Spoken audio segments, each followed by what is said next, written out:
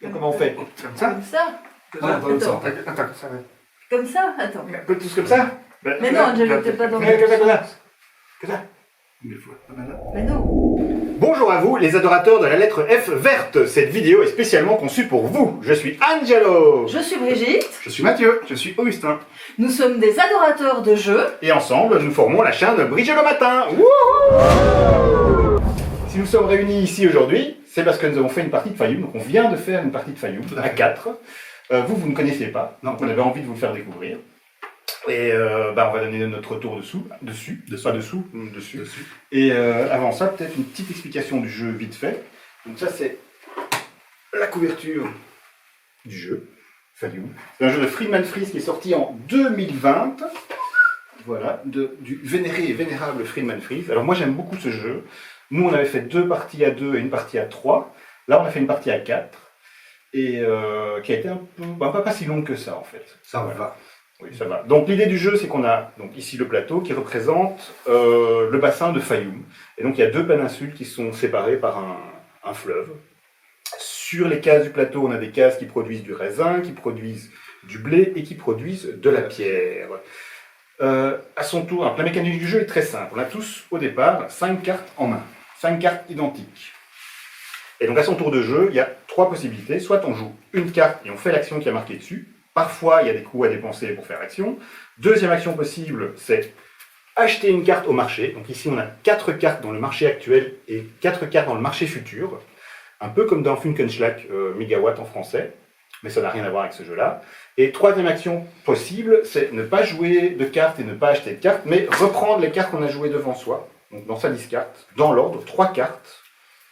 Et on peut payer pour avoir des cartes supplémentaires. Donc ça c'est grossièrement résumé, mais en fait tout le jeu est motorisé par un deck de cartes. Brigitte, si tu peux donner le deck de cartes qui est là. Voilà. Donc ce sont des cartes qui sont numérotées de, je ne sais plus très bien combien, de 1 à 128. Et elles sont, la particularité du jeu, c'est qu'elles sont toutes différentes. Il y en a parfois qui sont similaires, mais il y a toujours une différence dans le coût, dans les ressources qu'elles rapportent. Et donc ça c'est vraiment le cœur du jeu, c'est ce qui fait fonctionner le jeu. Et donc on a des cartes qui vont nous faire récolter des ressources, on a des cartes qui vont nous faire installer des colonies, on a des cartes qui vont nous permettre de construire des routes pour relier les colonies, on va pouvoir construire des villes, donc là c'est ceci, ça en fait des villes. Il y a des sites avec des monuments, on va pouvoir construire des monuments. Des ponts sur le... On peut faire des ponts sur la rivière, on peut faire des ateliers, etc., etc., etc. Et donc le but du jeu est de gagner le plus de points de réputation, parce que nous sommes des ingénieurs qui travaillons pour un pharaon. C'est le pharaon Amenemhet III, bien connu. Voilà. On fait pas toujours... on fait pas toujours ce qu'on veut dans la vie, donc on bosse pour lui. Et celui qui sera le plus talentueux gagnera la partie. D'ailleurs, c'est moi qui ai gagné la partie. Le dire. Oui. Bah ouais, non, bah, De peu. donc de peu. Allez, 74. 74. Et toi? 72. 70. 70. Augustin. 69. Voilà. Pas mal, Augustin. Ça retient dans un mouchoir de poche quand même. Oui, c'est vrai, c'est vrai. C'est un jeu en fait qui est très opportuniste, puisque une fois qu'on a posé quelque chose sur le plateau, ça ne vous appartient pas. Donc tout est une propriété commune, et donc on va pouvoir profiter de tout ce qui est sur le plateau. À chaque fois qu'on construit des choses, on gagne des points, mais une fois que les choses sont construites, on peut par exemple envoyer un collecteur d'impôts qui va nous rapporter des points pour le nombre de villes qu'il y a sur le plateau. Il y a un pharaon qui va rendre visite à une ville, on va déclencher des festivals, et tout ça va nous rapporter des points pour tout ce qui est construit sur le plateau, et donc tout ce que nos camarades ont construit, ça peut nous rapporter potentiellement des points. Il y a aussi une course à l'achat des cartes, parce que c'est vraiment vital. Donc quand on se fait griller une carte qu'on voulait...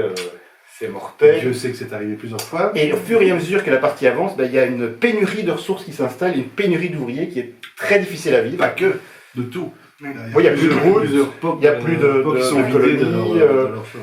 Voilà, donc ça c'est un peu pour la mécanique. Voilà. Moi, j'aime beaucoup, si ce n'est qu'il est peut-être un peu long, il serait plus court, plus ramassé, ça serait beaucoup mieux. Voilà, mais moi j'ai l'impression... Ce que j'aime, c'est cette idée que tout appartient à tout le monde, un peu comme dans Tigre Frat, où qu'on développe des royaumes. Et, c'est pas le même jeu, Tigre Frat est très abstrait. Ici, je trouve qu'on n'est pas dans un jeu abstrait. On a l'impression quand même de vivre quelque chose se construit, se développe, etc. Voilà, je sais pas ce que vous en avez pensé, ce que vous voulez en dire. Comme toi, moi, il est un peu long. J'ai trouvé ça très chouette au début, mais genre mi-partie, on fait un peu la même chose, et la deuxième moitié du jeu, traîne en fait. Oui, et alors ça dépend. Surtout qu'à la deuxième moitié du jeu, on n'a plus de bonhomme, plus de route, plus de settlement, plus rien. Et donc, la plupart à la fin du jeu, je joue des cartes juste pour gagner 2. Mais tu vois, quand on a joué à 2, on se disait, tiens, à quoi ça sert de retirer les meeples? Et finalement, en jouant à 4, on se rend compte, à chaque phase d'administration, ça sert de retirer les meeples, ou sinon à la fin, il n'y en a plus. Et là, on est très vite bloqué dans les cartes. Et donc, je trouve que le jeu, effectivement, traîne à la fin. C'est chouette, j'aime bien cette mécanique de jouer une carte, acheter une carte ou reprendre ses cartes, un peu à la Concordia, ou tu reprends tes cartes aussi. Mais tu retires le dernier quart du jeu, et ça. Peut-être qu'une des conditions de fin aurait pu être aussi, dès que des ressources sont brûlées, parce que là, il faut attendre 2 la fin du Mais ce qu'il y a, c'est qu'on doit attendre la fin, parce qu'il y a les cartes les plus puissantes à la fin, et donc ça va être un peu une course aux cartes les plus puissantes. Que moi j'ai quand même gagné grâce à une carte que j'ai achetée. Augustin était un peu frustré à la fin aussi parce que voilà, ça tombe paf comme ça. Quoi. Oui, c'est un coup près. Ouais, voilà, c'est ça. Il n'y a plus de décompte. Par contre, ce qui est assez chouette au début, je trouve qui aurait été pas mal, c'est on explore et donc on enlève les petits crocodiles qui est un petit peu en. Au début, il y a des crocodiles sur le plateau. Qui gangrènent les plantations et je trouve que c'est assez chouette ce côté un peu aussi exploration où pendant tout un moment ici, il y avait une place pour mettre une colonie et personne ne s'aventurait à aller enlever pour pas donner l'opportunité à l'autre. Il y a quand même cette dynamique avec les crocodiles qui est assez... Et le fait qu'on doit placer les ouvriers adjacents les uns aux autres, donc il y a des parties du plateau qui sont bloquées au début, il faut vraiment explorer le plateau pour... Après, je pense que le plaisir de la partie peut dépendre aussi de l'ordre, parce qu'il y a une pioche qui a mélangé. Et là, on a eu les cités très tard, donc ce qui fait que c'était très frustrant. C'est vraiment à la fin du jeu, à la toute fin du jeu qu'on a eu les cités, c'est toi qui en as profité. Donc t'as remonté en point de victoire grâce aux villes, donc t'as piqué les cartes pour construire les villes. Et en même temps, les grosses cartes sont beaucoup plus chères, et donc finalement qu'elles soient arrivées en deuxième moitié de partie, c'est pas si... j'ai pas l'impression que c'était si handicapant que ça. De toute façon, c'est bien ce système de cartes, tu dois toujours, quand tu sors une nouvelle carte, tu dois les remettre dans l'ordre.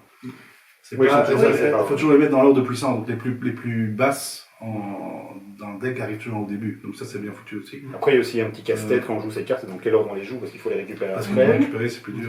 Et sinon à propos du matériel, moi ce que je trouve sympa, parce qu'aujourd'hui on a des jeux de cibles, etc., on a des figurines qui présentent les bâtiments, des bonhommes et tout. Ici tout est abstrait, ceci c'est une colonie, ça c'est un atelier, ça c'est une ville, on met un pion dessus, ça devient une ville. Enfin, moi je trouve ça assez... Moi j'aime bien. Moi je suis friand plutôt de trucs plus réalistes, plus jolis, donc j'aurais bien aimé un petit... moi je le trouve joli en fait, moi je le trouve esthétique en fait. J'avoue quand je suis arrivé tout à l'heure, quand le jeu était installé, c'était un peu austère et froid. C'est un peu la fabrique de chez Friedman Freeze. On fait des jeux de faisans, heureusement.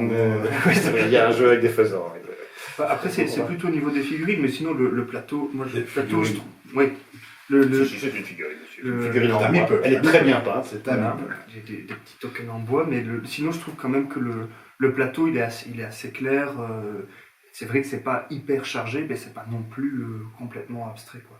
Et les pictos et les cartes sont assez limpides. Oui, tu comprends très bien. Oui, parce que toutes les cartes sont différentes, mais en fait, il y a un petit livret de règles avec toutes les cartes qui sont reprises, donc il y en a quand même 128, qui sont toutes là. Quasiment pas besoin. Oui, c'est ça. 2-3 cartes, il il faut aller voir les précisions, mais les pictos sont vraiment très bien fichus. Une fois qu'on a compris la logique, ça roule tout seul. J'ai pas fait attention à ce qu'au dos il y a un autre plateau. Non, il n'y a pas d'autre plateau. C'est ce plateau-là. Donc c'est un peu ça, même à 2, à 3 ou 4, la longueur ne change pas parce qu'il faut traverser tout le deck de cartes. Il n'y a pas d'ajustement selon le nombre de joueurs. J'ai vu quand même des cartes à 3 et 4, notées 3 et 4. Oui, dans les cartes de fin. Dans les cartes de fin, forcément. Ouais. Il y en a 2 en moins, j'imagine. Oui, ça oui, mais c'est vraiment anecdotique, hein, c'est pas grand-chose. C'est pour la fin de la partie.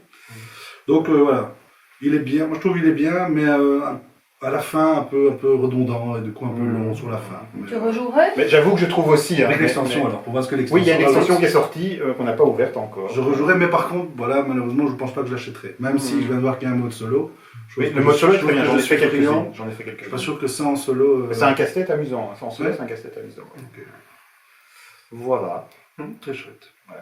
Content d'avoir testé. Ouais, content d'avoir testé quand même. Moi je suis content de la faire découvrir parce que c'est pas un jeu qu'on sort facilement quand même, ça il faut dire, et on le sort pas. J'avais hésité à l'époque à l'acheter justement, mais j'avais pas vu qu'il y avait un mode solo. J'achète souvent que des jeux quand il y a un mode solo, j'avais pas vu qu'il y avait un mode solo, je l'avais pas acheté. Mais là, je sais que voilà, même si j'ai aimé la partie. Ouais, mais moi je pense que j'aurais je ne jouerai plus à plus que 3 en fait. Moi je trouve qu'à 2 ça tourne très bien, on s'amuse bien à 2. 2, oui. À 3 c'est pas mal aussi. Enfin on a joué avec un joueur très lent quand on a joué à 3, ça avait duré 4 heures. Donc là on a joué 2h30. Ouais, Mais on est tous des joueurs Ouais. très rapides. Ouais. On joue vraiment son tour. C'est presque un blitz quoi. Vite. De temps en temps on s'arrête un peu. Fire Blitz, quoi. Oui c'est ça, un blitz. Donc 2h30 si on joue très vite. Mais sinon ça peut. Ça veut dire ça en égyptien. Ouais, Fayum, Ouais, tout à fait. ça veut dire vite. Ok. Tout à fait. Quick. Non, pas eu. Oui, oui. Je sais plus ce que je voulais dire maintenant. De quoi je parlais? Que tu jouerais plus à 4 joueurs. Mais en Non, même temps, là, non. ça allait à 4 joueurs. Oui, mais par ça contre, allait, voilà, il faut être prévenu, ça peut atteindre les 4 heures très facilement. Si vous avez des joueurs qui doivent tout optimiser, réfléchir à fond, qui ont peur de faire, si vous êtes qui ont peur de faire une erreur, etc. Voilà, là, la durée du jeu va monter très très vite. Ok, bah merci d'être passé. Merci, Brigello. On passera chez vous la prochaine fois. Et merci à vous d'avoir regardé la vidéo et à la prochaine. Ciao. Ciao. Bonjour à vous les adorateurs de la lèvre. De la lèvre. De la lèvre blonde, la lèvre brune, la lèvre